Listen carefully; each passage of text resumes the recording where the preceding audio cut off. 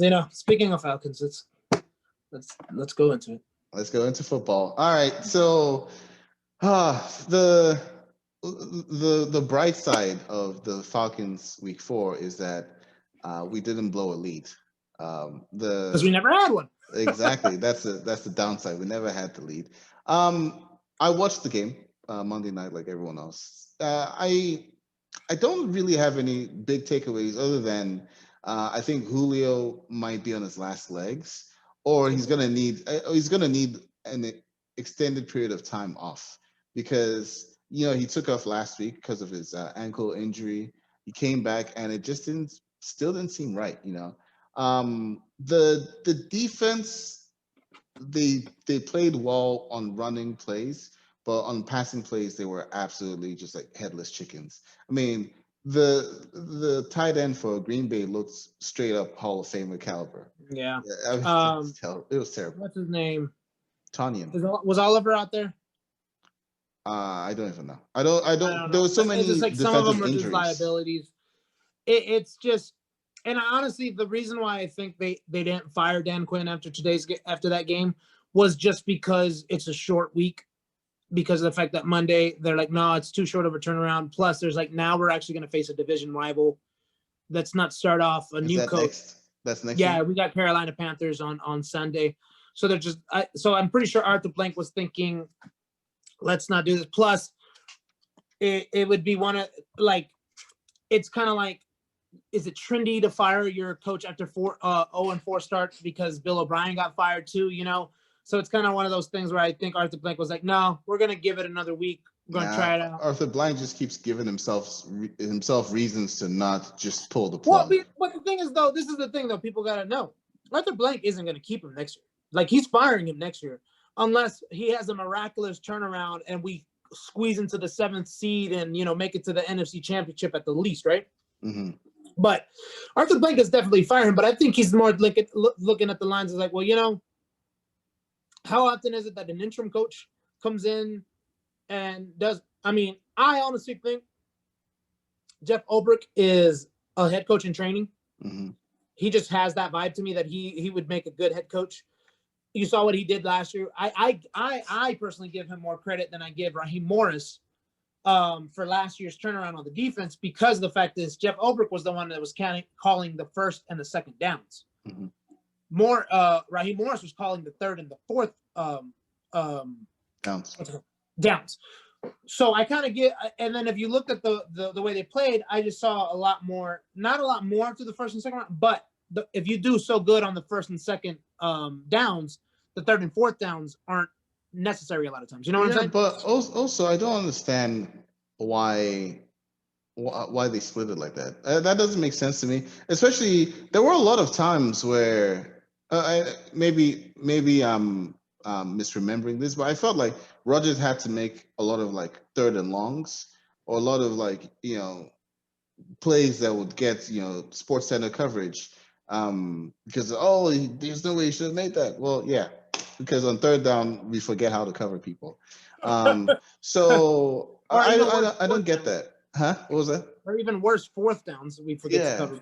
Yeah, I don't get why they split who calls what plays, but I don't get paid for this, so maybe they understand something I don't. But and look, this is my thing.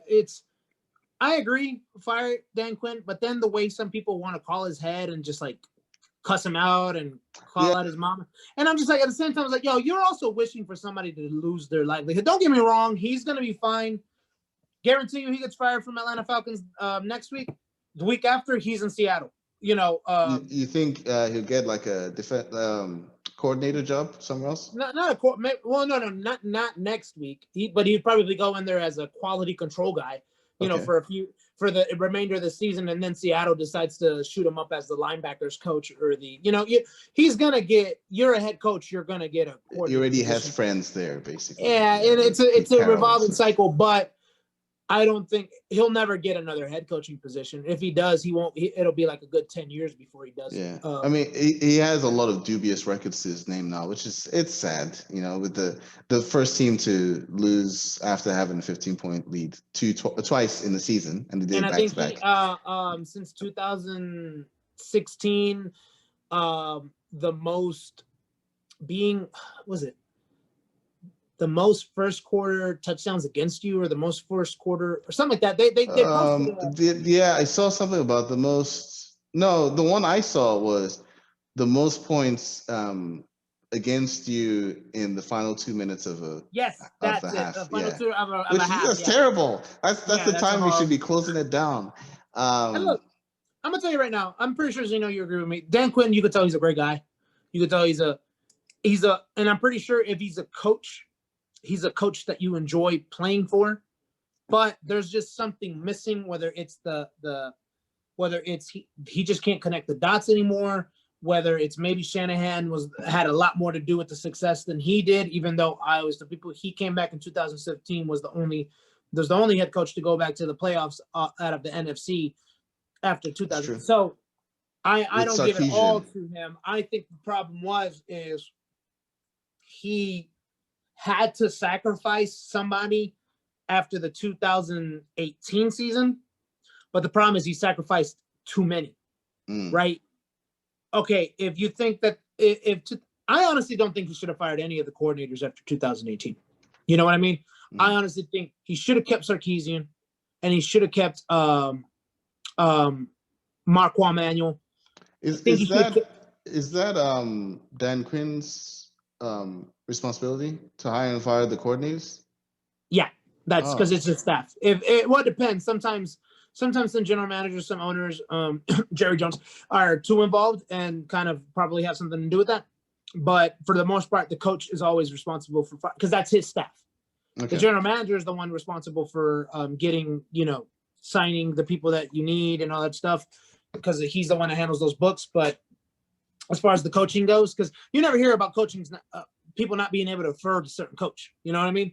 So I think that's a different financial thing. That's probably more on the business side versus the cap side. But if he hadn't, I think Arthur Blank probably told him, hey, you got to let go. You got to fire somebody. Somebody's got to be the huckleberry in this situation, because it was a bad season. But my thing is, I'm just like, that was one season after 2 seasons of consistently being good. I'm like, I think they threw away everything. Well, I mean, they took a gamble, right? They thought, okay, we've been good. If we might add by subtraction. If we take out this person, we might get that leap. But instead, we ended up subtracted by subtraction. I don't think so. I don't think you should have done that. I honestly, when they did it, I was not a fan of it. To be fair, it is a hindsight thing. I mean, we know now it was definitely the wrong move. Well, no, I'm definitely one of those people that I hate how people think they're geniuses in hindsight. But I honestly, when Sarkisian got fired, I was just, because this is what I took out of it. What they said they wanted. That's the reason why they didn't get Matt LaFleur. They didn't promote him to offensive coordinator, is because they wanted consistency. That was the one thing that they always pointed out to, that the Patriots have consistency. Remember, look, Matt Patricia is a horrible head coach, but look at what he did as a defensive coordinator. Right? Prior to that, who's the offensive coordinator? I forget his name. The guy that got fired by his agent because he was a douche. He accepted the one that was Colts. The Colts, the guy that would have been the Colts coach. I see his face, but I don't remember his name. Yeah, but anyways, they've had those same guys consistently because those guys want to keep playing for, or keep coaching with Dan Quinn. I'm sorry, with what's his name? Belichick. Yeah, so it's just kind of like Josh McDaniels, by the way, is his name. Right. So it's just, I kind of like, no, you're losing consistency here. You're already getting, like, this is the same tenure, and you've already getting Matt Ryan through 3 coordinators. You know what I mean? Like, I think they should have stuck with Sarkisian. Maybe that is in hindsight that I'm saying that. Marquand Manuel, the same thing, because when that happened, I kind of was like, why? Marquand Manuel had absolutely nobody to play with. And then y'all managed to still win like a good amount of games at the end of the. I think they would have had a better luck last year if they had kept them, but and that's also because I honestly think Dirk Cutter benefited more from Matt Ryan than Matt Ryan benefited from Dirk Cutter, because if you look at how many winning seasons Dirk Cutter versus how many losing seasons Dirk Cutter has had with Matt Ryan, it's currently, if I'm not mistaken, 2-4. 2 winning seasons, 4 losing seasons. Right. Yeah. Okay. So it's just So it's not like he's not elevating Matt's game. no, basically. it's Matt is elevating his game, and I think the problem has been that Matt Ryan just has had bad. He just has had bad luck in regards to him being good enough for all of his offensive coordinators pretty much get promoted. Because Malarkey had happened with him. I honestly thought we should. I was like, if you're going to bring back these two, you should make Malarkey the offensive coordinator. He had more luck with Malarkey than he did with Dirk Cutter. He had no losing seasons with Malarkey. Yeah. And I think Malarkey got a bad rap as a head coach. He just had bad luck as head coaches. Because I don't know why he got why they mutually, you know what mutually means, right? Mutually means they asked him, hey, do you want to quit or do you want us to fire you? Yeah. How public do you want this to be? Exactly. So it's just, anyways. But Falcons suck. Yeah. Falcons will win. What just go 12-4?